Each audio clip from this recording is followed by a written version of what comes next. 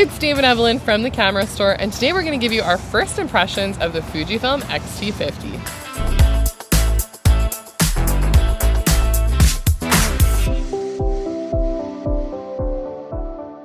All right, this is the brand new Fujifilm X-T50. Now, Fujifilm has been on a huge roll recently, especially with the X106. The worldwide demand for that camera is insane, so they brought out another camera for us. Yay, and this is an interchangeable lens camera, which means you have a lot more control of your different focal lengths. And this is a 40 megapixel crop sensor camera with in-body image stabilization. So today we're going to tell you some of the first things that we're noticing about this camera and what we think that this is going to be great for. All right, if this is the X-T50, I mean, I can make it an X-T5 just by covering up the zero here when I'm shooting with it. I think there could be a lot of parallels drawn between the X-T5 and this camera. This is kind of like a baby X-T5, really. And here, hand it over, Dave.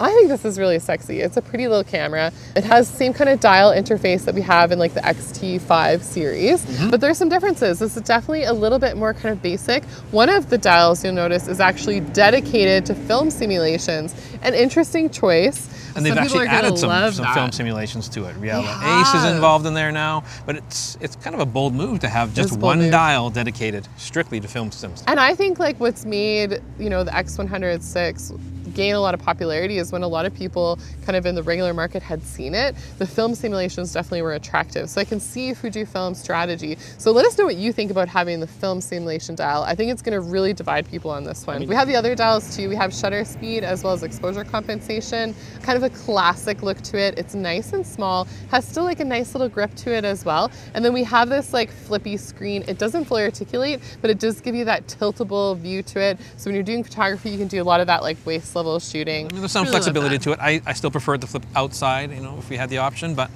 Now, one thing that I would have liked to see is that because this is kind of a stills-centric camera, we have that 40 megapixel sensor, lots of resolution. It would have been nice to see the electronic viewfinder have a bit of an increase in resolution. So we're seeing a 2.36 million dot EVF. It's still pretty nice. I think that it's great to have it. I'm so glad. I'm so tired of cameras that like take the EVF out. But again, because this is a still-centric camera, we still have a nice little EVF. Could be high resolution. No, I agree. I mean, it's a shooting experience. If you're out on a bright sunny day, you know, we're going to be using the viewfinder a lot more, so give us a little better performance that way. Some other things that I really appreciate about this camera and with a lot of the Fujifilm cameras is the user interface. I love the quick menu. It's really easy to find stuff. You can customize the menu a little bit. You can use the touch screen to select things. So it's very intuitive. It works well, especially for someone that's kind of newer to photography. They're coming over maybe from a smartphone. I find that that whole transformation is really good. In fact, you know, it kind of translates well from using a smartphone over to getting into like a mirrorless camera, a proper camera, right, Dave? I mean, there's a huge market out there where they find like the X-T5 a little intimidating almost, even though it's not, right? But it doesn't have that full auto mode where this one does have a single switch to full auto, and I can treat it like that if that's my desired style of photography. So the X-T50 has a lot of stuff going for it. It does have the 126 battery, it does have a single card slot. If you want to double that, you go up to the 235 battery found in the X-T5 and the dual card slots on that, but it's a physically bigger camera, it's more expensive. Fujifilm told us that they're not actually getting rid of the X-T30. So this is like a step up from the X-T30. So if you want something that's still at that X-T30 price point, they're going to keep that in their lineup, which I think is great to see because it's still a very solid little camera. And this just kind of takes it one step further. So you're getting like the new and improved autofocus system. The biggest improvement though is that you are gaining in-body image stabilization. We can't forget, Dave, that this is also a stacked content creator camera. It has a lot of great functionality. Of course, that in-body image stabilization is super helpful, but it also can record 6.2K 30p. You can also shoot 4K 60p. We also have some great features like a microphone jack. We have USB-C for charging and a micro HDMI port. Fuji really wants you to take this camera everywhere with you. It's that go-to camera. I mean, you can use it as a webcam. You can use it as your travel camera. Totally. Use it everything.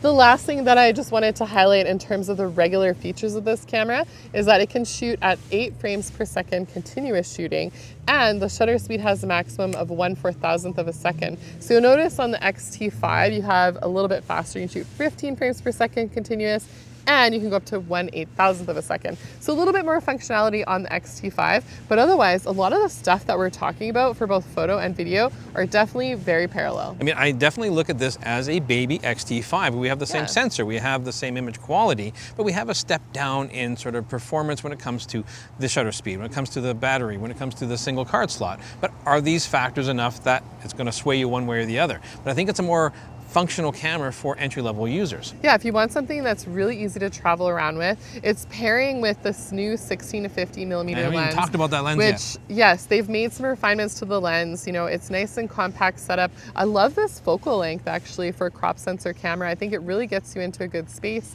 and then also opens up the door being an interchangeable lens camera. You can try out those primes. You can come to the camera store. You can rent some extra prime lenses and really have fun with it. Yeah, I mean, Fuji had a great 18 to 55 kit lens that for years. It was 2.8 to f4, and it was fantastic lens. And most people were like, "Oh, it's a kit lens. I'm just going to pass on it." But they started using it, found it was great, but it needed updating. So this 16 to 50 gives you a little bit wider angle, which I find is more versatile. It's a 2.8 to f4.8. Overall, I think our first impressions are quite positive on this camera. It looks good. It feels good. It's fun to use. I think for a lot of people that are into like travel, they want to do a little bit of content creation. Exactly. I mean, I think people are buying this to be like, you know what, I'm comfortable with full auto. Just put me on full auto and away I go. But you can easily grow out of full auto and really start exploring and getting more creative with your camera, and the tools are all there for you. Yeah, those tactile dials, being able to adjust your shutter speed and your film simulation. Again, I really am curious to know what people have to think about that. But of course, we want to know, what are your thoughts on this new camera, the Fujifilm X-T50? Let us know in the comments below. And what do you guys think about a dial dedicated strictly to the film simulations? Make sure you follow both of us on Instagram. And if you're new to the channel, please subscribe and hit the notification bell. It's been Dave and Evelyn from the Camera Store. We'll catch you again very soon.